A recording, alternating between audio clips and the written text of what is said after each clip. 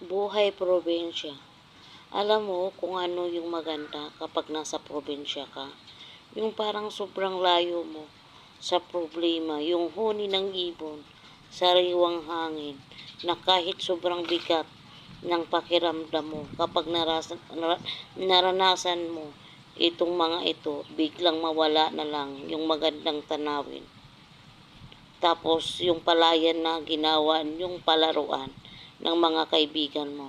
Sarap talagang mamumuhay sa probinsya, no? Para talagang napakalayo mo sa problema. Parang napakalayo mo sa malupit na sistema ng mundo.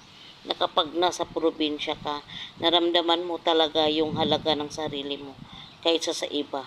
At napapasabi ka na lang na there's no place like home or like probinsya.